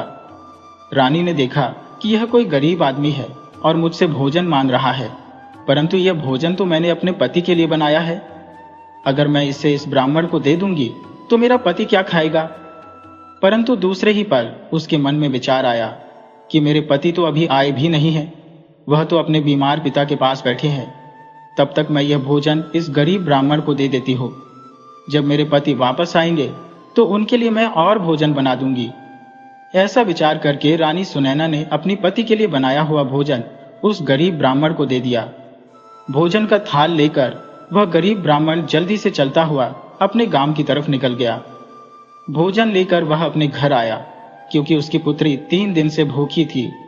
अब उधर क्या हुआ कि महल में राजा का पुत्र, जो अपने पिता की देखभाल करने के बाद वापस अपने कक्ष में आ रहा था, और 2 यमदूत महल के बाहर खड़े हुए उसके प्राण निकलने का इंतजार कर रहे थे, और वह नाग बिस्तर पर लेटा हुआ राजकुमार का इंतजार कर रहा था। अब बूढ़े ब्राह्मण ने भोजन ले जाकर उधर अपनी पुत्री को दे दिया। इधर राजकुमार रुद्रसेन चलता चलता अपने कमरे की तरफ जा रहा था। यमदूत सोच रहे थे कि अब कुछ ही क्षण बचे हैं। जैसे ही वह नाग राजकुमार को डसेगा तो हम उसके प्राण निकाल ले जाएंगे। अब बूढ़े ब्राह्मण ने उधर वह भोजन अपनी लड़की को दिया। लड़की पूछने लगी, पिताश्री, ये भोजन आप कहाँ से लाए हैं? तब बूढ़ा ब्राह्मण ने कहा, बेटी, ये भोजन मुझे महारानी ने दिया है। यहाँ के राजा की जो पुत्र वधू है वह बहुत ही दयालु है। उसने मुझ पर दया करके ये भोजन की थाली मुझे दे दी है। अब यह भोजन तुम कर लो। अब लड़की जो कहती है, स्वादिष्ट भोजन मुझे दे दिया। लड़की की आत्मा स्वादिष्ट भोजन करने के बाद आशीर्वाद देने लगती है। उसके मन से ढेरों आशीर्वाद निकलने लगते हैं। वह भगवान से प्रार्थना करने लगी, हे भगवान, जिसने भी यह भोजन दिया है उसका सुहाग अमर हो जाए, वह सदैव सौभाग्यवती बनकर रहे। जैसे ही भोजन का निवाला उस लड़की ने अपने मुंह में डाला, उसकी आत्मा तृप्त हो गई और उसकी आत्मा से आशीर्वाद निकलने लगा कि उसका पति अमर हो जाए। इधर राजकुमार अपने कमरे की तरफ जा रहा था। यहाँ पर दूत खड़े हुए उसके मृत्यु का इंतजार कर रहे थे। परंतु जैसे ही राजकुमार ने अपने बिस्तर पर जाने के लिए तैयार हुआ, तभी वहां पर एक देवदूत प्रकट हुआ। उसने अपनी शक्ति से नाग को बेहोश कर दिया। नाग से अब चला भी नहीं जा रहा था। उसमें आगे बढ़ने की तो बिल्कुल भी शक्ति नहीं थी।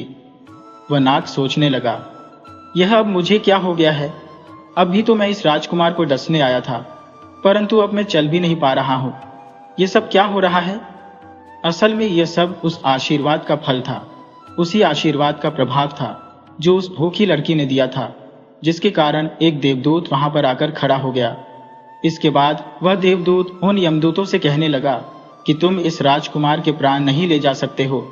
वह कहने लगा, जब किसी को श्राप लग सकता है तो आशीर्वाद भी लग सकता है। राजकुमार और नाग के बीच में आशीर्वाद के रूप में वह देवदूत आकर खड़ा हो गया। राजकुमारी का दान मृत्यु को आगे नहीं बढ़ने दे रहा था। यमदूत देवदूत से कहने लगे, तुम यहां से लौट जाओ और हमें हमारा काम करने दो, हम इसके प्राण लेकर जाएंगे। देवदूत कहने लगा, नहीं, ऐसा कभी नहीं होगा।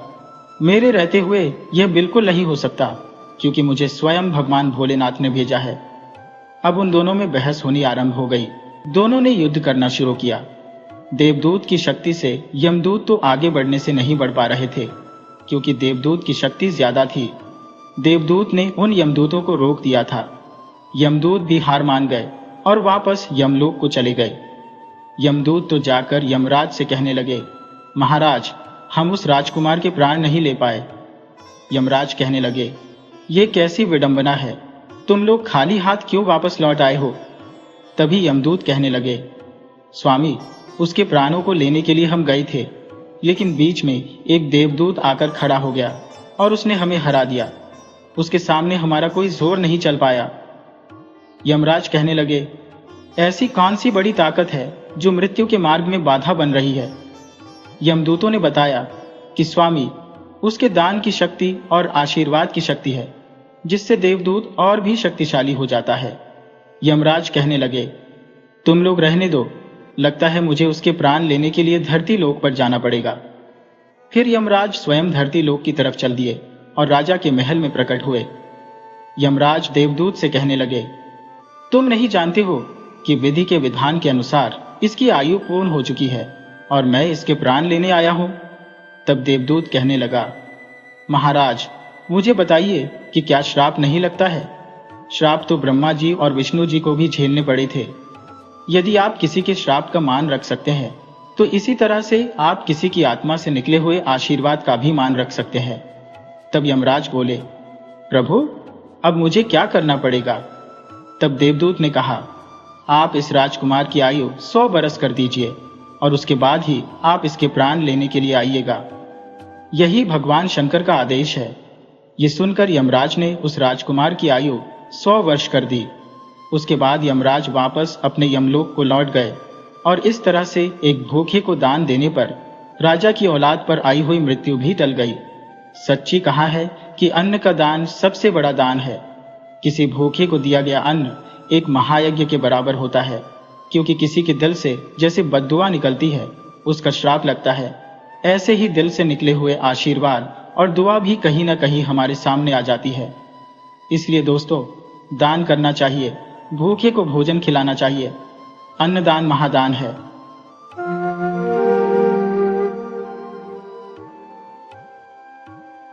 बहुत समय पहले की बात है। एक इच्छाधारी नागिन थी जो मां बनने वाली थी, यानी गर्भवती थी। पर उस बेचारी नागिन के पीछे एक दुष्ट तांत्रिक पड़ा हुआ था। नागिन को कुछ सूझ नहीं रहा था कि वह क्या करे। उसके प्रसव का समय भी करीब आ रहा था। उसने सोचा कि उसके लिए अपने बच्चों को सुरक्षित रखना सबसे जरूरी है। देखिए ना, माँ की ममता तो यही होती है, पहले अपने बच्चों का सोचना। नागिन सोचने लगी, इस राज्य की रानी भी तो गर्भवती है, वह मेरी हालत को जरूर समझेगी। अगर मैं उनके कमरे में अंडे देती हूँ तो शायद ममता के नाते वह मेरी और मेरे बच्चों की मदद कर दे। यही सोचकर वह नागिन रानी के कक्ष में चली गई अंडे देने के लिए। उधर रानी अपने कमरे में खाना खा रही थी कि उसने देखा एक नागिन उसके पलंग के पास अंडे दे रही है। रानी डरकर चिल्लाई, सैनिकों, इस नागिन को मेरे कमरे से दूर करो। सैनिकों ने नागिन के अंडों को उठाने की कोशिश की। नागिन फुकारने लगी और मनुष्य की आवाज में बोली, रानी, मैं घायल हूं, कुछ पल की मेहमान हो, मेरे अंडों की रक्षा कीजिए, आप भी तो गर्भवती हैं। महारानी बोली, सैनिकों, इससे पहले कि यह मुझे और मेरे होने वाले बच्चों को नुकसान पहुंचाए, इसे और इसके अंडों को खत्म कर दो। नागिन गुस्से से बोली, हे रानी, मैं तुम्हें श्राप देती हूँ, मेरा सारा झड़ तुम्हारी संतान में होगा, जिसका कोई इलाज नहीं होगा। जैसे ही सैनिकों ने उस नागिन के अंडों को तोड़ा, रानी को प्रसव पीड़ा होने लगी। अब रानी जोर जोर से चिल्लाने लगी, दाई को बुलाओ, दाई को बुलाओ। दाई बोली, महारानी, थोड़ा धीरज रखिए, बेवजह परेशान हो रही है। महारानी बोली, दाई माँ, यकीन करो, इस बार की पीड़ा अलग है, मेरे पेट में भयानक दर्द हो रहा है। अब भी रानी चिल्ला ही रही थी कि तेज हवाएं चलने लगी, बिजली कड़कने लगी और अचानक एक बड़ा सा अंडा महारानी के शरीर से बाहर निकल कर आया और रानी बेहोश हो गई। अंडे को देखते ही बूढ़ी दाई चिल्लाई, हे मेरे ईश्वर, यह नागिन को मारने और उसके अंडे को नुकसान पहुंचाने का ही फल है। रानी ने अंडा दिया है, ऐसा प्रसव मैंने कभी अपने जीवन में नहीं देखा। महाराज को खबर दो। दासी बोली, दाई माँ, हमारा भाग्य देखो, हम सब महाराज के बच्चे के बदले अब इस अंडे की देखभाल करेंगे। दाई बोली, भला महाराज को कैसे बताई कि महारानी ने अंडा जना है? महारानी को होश आते ही उन्होंने दाई माँ से पूछा, अरे दाई माँ, मेरा बच्चा कहाँ है, नजर नहीं आ रहा। दासियों ने एक सोने के पालने में रखा हुआ बड़ा सा अंडा महारानी को दिखाया। महारानी बोली, अरे ये क्या अंडा, तुम सब पागल तो नहीं हो गई हो? मैं कोई मुर्गी हूं क्या जो अंडा दूंगी? दासियां अंडा लेकर महारानी के पास आने लगी। तभी अचानक भूकंप आया और अंडा दासियों के हाथ से नीचे गिर गया। आसमान में तेज बिजली कड़कने लगी। अंडे में से बहुत ही प्यारी सी बच्ची निकली। दासिया बोली, देखिए महारानी, राजकुमारी को छूते ही हमारे हाथों में जलन होने लगी है, हमारे हाथ बुरी तरह जल रहे हैं, राजकुमारी के शरीर में जहर है। रानी बोली, मुझे मेरी बच्ची दे दो, मैं अपनी बच्ची को गले लगाना चाहती हूँ। 10 बरस बाद तो मेरी कोख से मेरी बच्ची ने जन्म लिया है, क्या मैं 10 बरस बाद भी अपनी औलाद को छू नहीं सकती? लेकिन जो भी बच्ची को उठाने जाता, जहर के कारण उसके हाथ जलन से भर जाते। महारानी जलन की परवाह किए बिना अपनी बेटी को गोद में ले लेती है। रानी बोली दासियों से, तुम्हें समझ में नहीं आ रहा? महाराज को इस घटना की सूचना दो। दासी बोली, जी जरूर। मैं अभी जाकर महाराज को सूचना देती हूँ। दासी बोली, महाराज, महारानी ने बेटी को जन्म दिया है।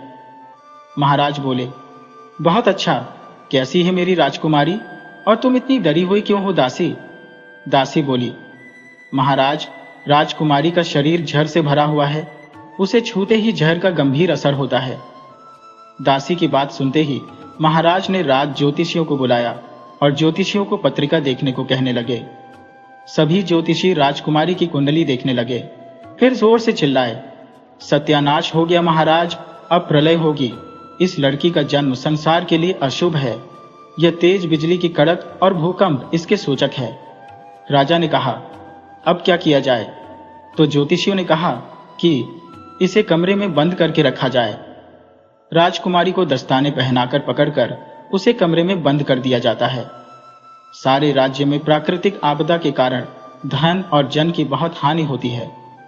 राजा ने ज्योतिषियों से कहा कि इस समस्या का कोई तो समाधान बताइए।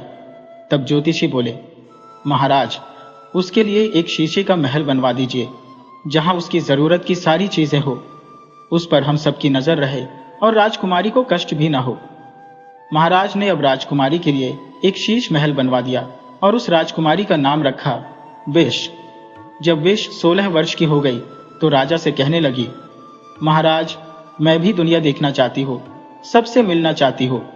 पिताजी, आप मुझे इस कैद से आजाद कर दें, अब मुझसे यहां और नहीं रहा जाता।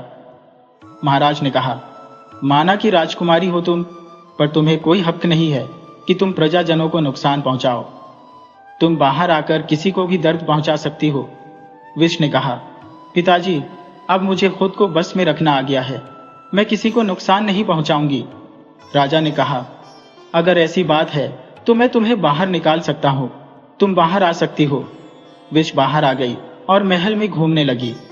अचानक विश ने देखा कि एक खरगोश महल के सरोवर में डूब रहा है। वह उसे बचाने के लिए सरोवर में कूद पड़ी, किंतु उसके स्पर्श से ही सरोवर का पानी नीला हो गया और जहर के प्रकोप से खरगोश मर गया।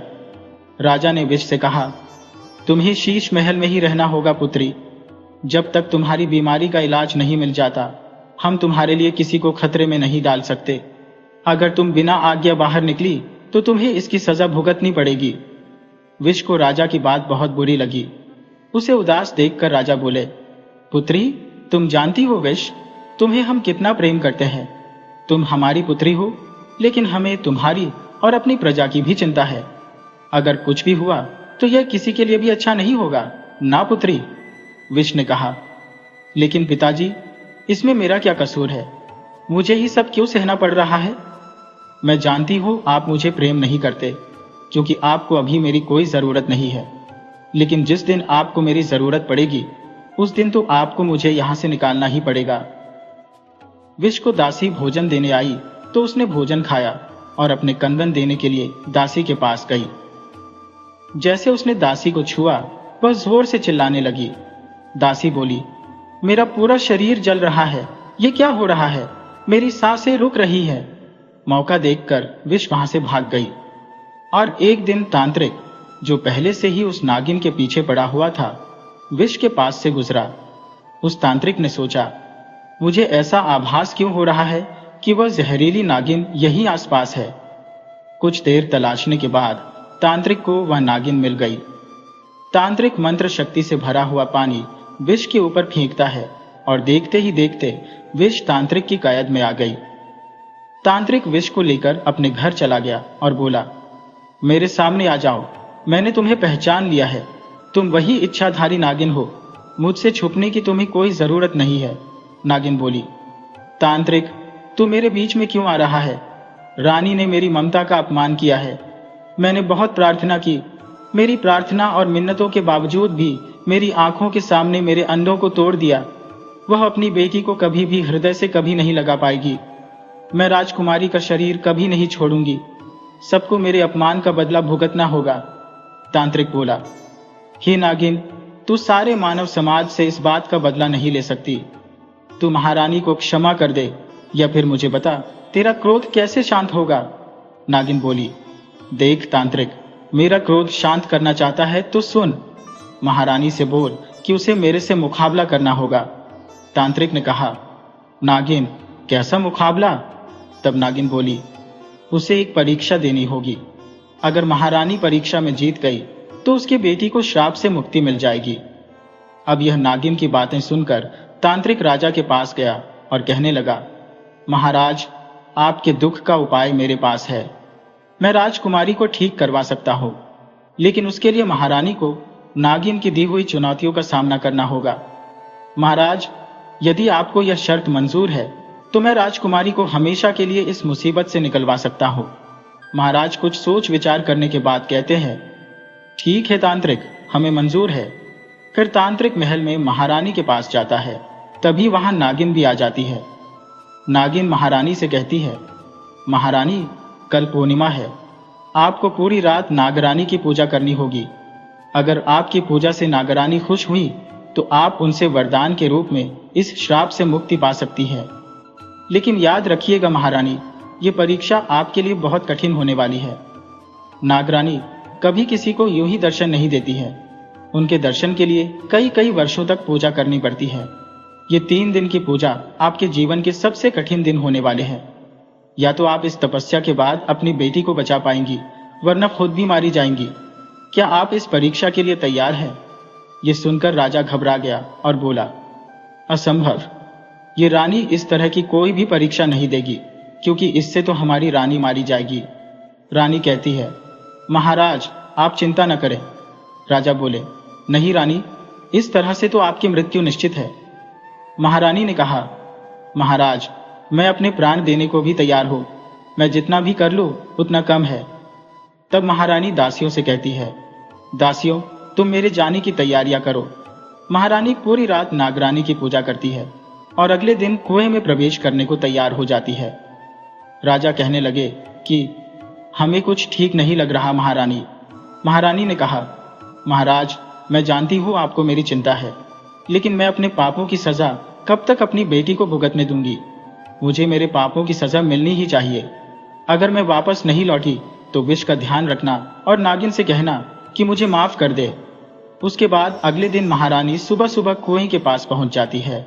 राजा ने कहा, महारानी, हम आपका इंतजार करेंगे, अपना ध्यान रखना। महारानी ने कहा, आप भी महाराज अपना ध्यान रखना। उसके बाद महारानी कुएं के अंदर जाने लगती है। नागिन ने बताया था कि यहीं से नागलोक का रास्ता जाता है। थोड़ा और नीचे जाकर रानी देखती है तो लगता है पानी के अंदर नागलोक जाने का कोई रास्ता जरूर होगा। उसके बाद महारानी कुएं के अंदर जाकर वहां पर एक सर्प की मूर्ति को देखती है और उसके पास तैरते हुए जाने लगती है। अब महारानी सोचने लगती है, यहां तो बस ये मूर्तियां हैं, समझ में नहीं आ रहा आगे जाने का रास्ता कहां से ढूंढूं। ये क्या, ऐसा क्यों लग रहा है जैसे कि ये कोई रास्ता है। उसके बाद जैसे ही महारानी उस मूर्ति को छूती है, वह गायब हो जाती है और महारानी नागलोक में पहुंच जाती है। वहां पर बहुत अंधेरा होता है।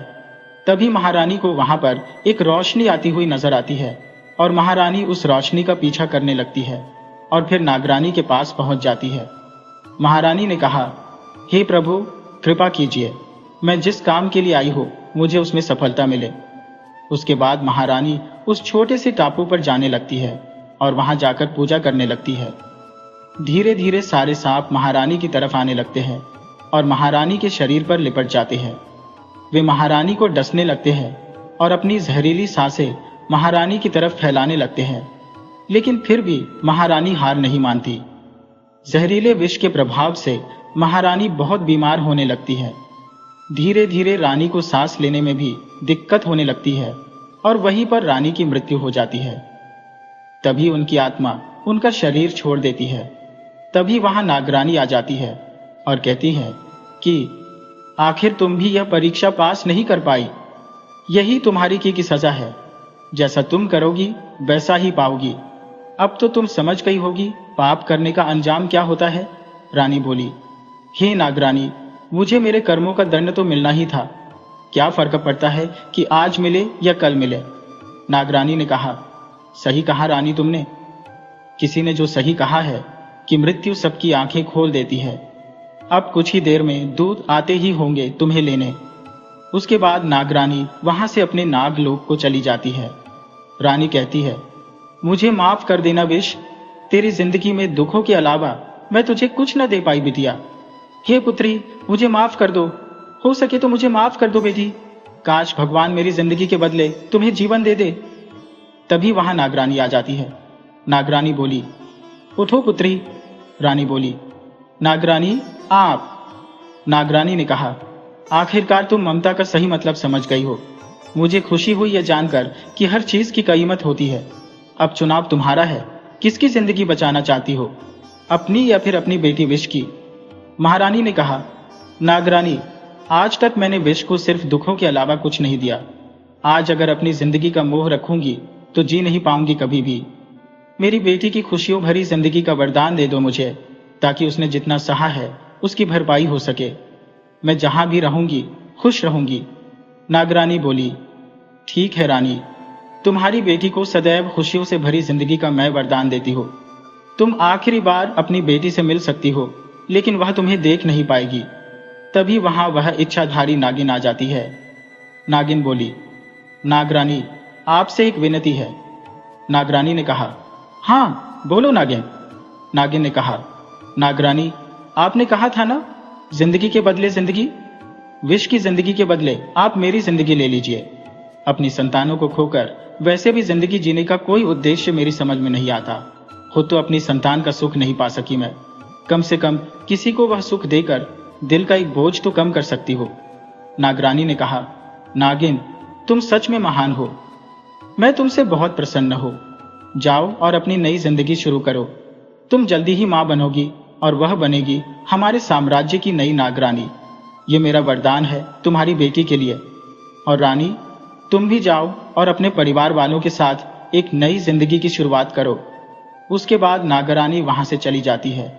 रानी ने कहा, मुझे माफ कर देना नागिन, तुम्हारे सामने जितनी भी माफी मांग लो उतनी कम है। हो सके तो मुझे माफ कर देना बहना। आज से लेकर जो तुम्हारे प्रसव तक तुम हमारी जिम्मेदारी हो। तुम हमारे ही राजमहल में रहोगी। तुम्हारी देखभाल करके मैं अपने पापों को कुछ कम करना चाहूंगी। मना मत करना नागिन बहन। नागिन बोली, ठीक है, मुझे खुशी है कि तुम्हें अपनी गलती का पछतावा है। उसके बाद रानी अपने राजमहल पहुंच जाती है और वहां विष भी ठीक हो चुकी थी। इसके बाद सब वहां खुशी खुशी रहने लगते हैं और अब जो राजकुमारी विष थी उसे शीश महल से बाहर निकाल लिया जाता है। उसके बाद राजकुमारी श्राप से मुक्त हो गई थी। पहले तो जर के कारण राजकुमारी का नाम विष रख दिया था, लेकिन अब राजकुमारी का नाम बदलकर दयामंती रख दिया जाता है। दयामंती, जो दया की मूरत थी, क्योंकि उन्होंने बहुत ही ज्यादा कष्ट सहा था। रानी अपनी पुत्री को अपने गले से लगा लेती है। बहुत दिनों के बाद उसके दिल को ठंडक मिलती है, उसकी ममता तृप्त होती है। उधर नागिन भी राजमहल में रहने लगती है और रानी नागिन के साथ अपने व्यवहार से नागिन का मन जीत लेती है। समय आने पर नागिन का प्रसव होता है और धीरे धीरे समय बीतता है और नागरानी के दिए वरदान के अनुसार नागिन की जो पुत्री होती है वह नागरानी बनती है। दोस्तों, यह कहानी हमें दिखाती है कि कैसे एक माँ का प्यार बड़ी से बड़ी बाधा को भी पार कर सकता है और कैसे हमारे कर्मों का फल हमें जरूर मिलता है। यह भी सिखाती है कि क्षमा और दया से हम दूसरों का दिल जीत सकते हैं और जीवन में एक नई शुरुआत कर सकते हैं।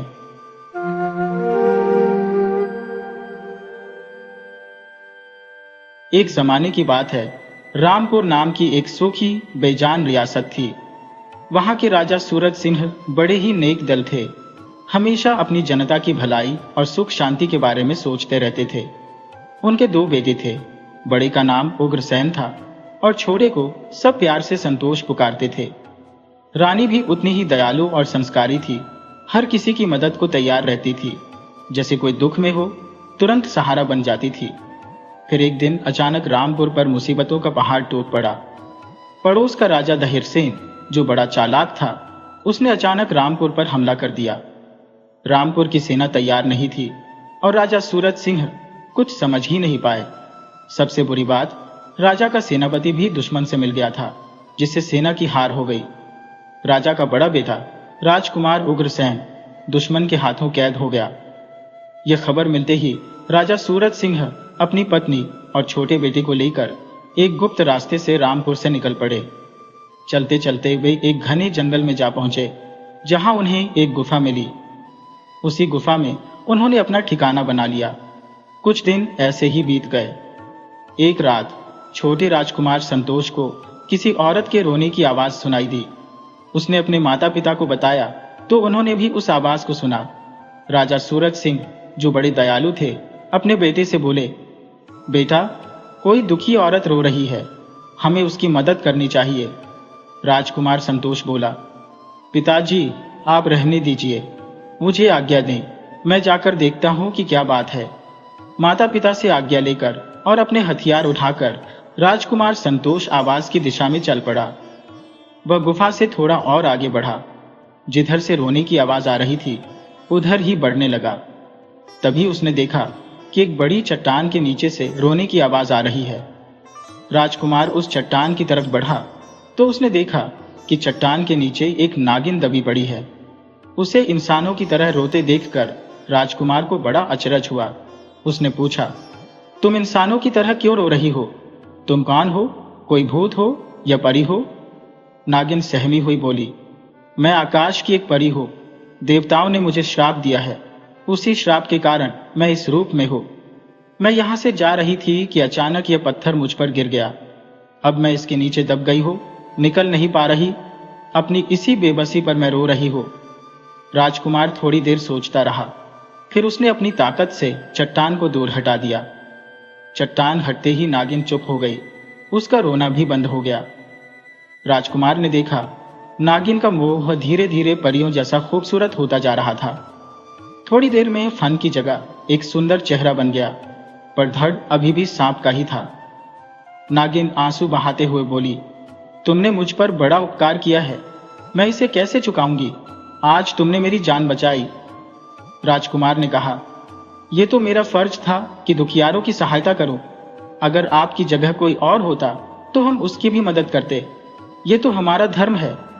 फिर राजकुमार ने परी को अपनी दुख भरी कहानी सुनाई कि कैसे पड़ोसी राजा ने उनके राज्य पर हमला कर दिया है और उसके भाई को बंदी बना लिया है। उसकी कहानी सुनकर नागिन परी ने कहा, राजकुमार, अगर तुम मुझे इस श्राप से मुक्त कर दो तो मैं तुम्हारी सहायता करूंगी। इस पहाड़ के पास एक जादूगर रहता है, उसके पास एक श्राप मोचन मणि है, तुम उसे ले आओ। राजकुमार कहने लगा, अगर मैं मणि ले आऊंगा तो क्या मुझे मेरा राज्य और मेरा भाई मिल जाएगा? तब परी नागिन बोली, हाँ, फिर तुम्हें वह मिल जाएंगे। तुम बस मुझे श्राप से मुक्त कर दो, मैं तुम्हारी पूरी मदद करूंगी। अब राजकुमार मणि लेने के लिए पहाड़ की तरफ चल दिया। चलते चलते रास्ते में उसे एक शिकारी मिला। शिकारी ने एक बाज को पकड़ रखा था। बाज उसके हाथ से छूटने के लिए फड़फड़ा रहा था।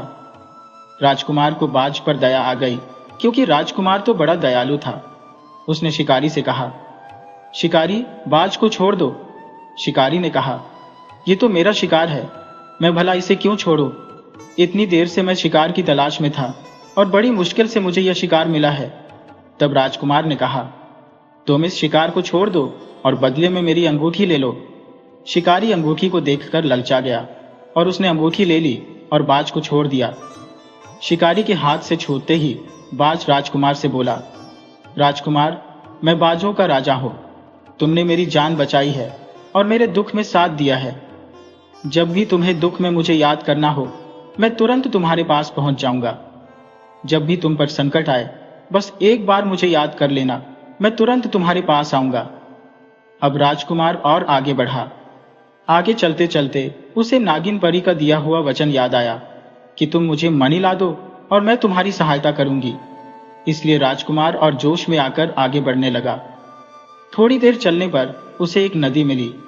उसने देखा कि नदी में नाव में कुछ शिकारी बैठे हुए हैं और वे एक बड़े से मगरमच्छ को पकड़े हैं।